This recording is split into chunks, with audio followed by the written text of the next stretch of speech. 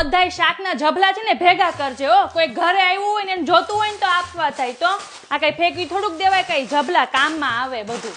આ સિંધરી તો છે ને તાર પપ્પાના દેશમાં જવું હોય ને ત્યારે કામ લાગે બાસ્કું બાંધવા, એટલે આ કઈ ફેંકી થોડીક દેવાય. આલે આ માળિયામાં મૂકી દે. આ ટી શર્ટ ને તો છે ને હું મસ્ત થીંગડું મારી દઈશ ને તો પોતામાં કામ લાગશે. 6 મહિના ઉપાદી નહીં. આલે જા રસોડામાં મૂકી આય.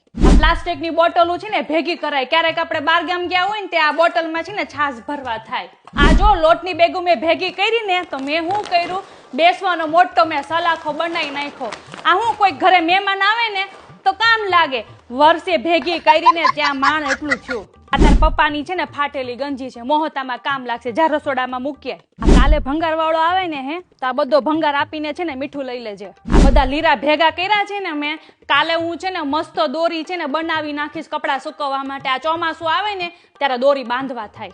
તારે ના આ સાડી કઈ ફેંકી થોડીક દેવાય. કઈ આ સાડીની તું છે ને મસ્ત હું ગોદડું બનાવી નાખીશ.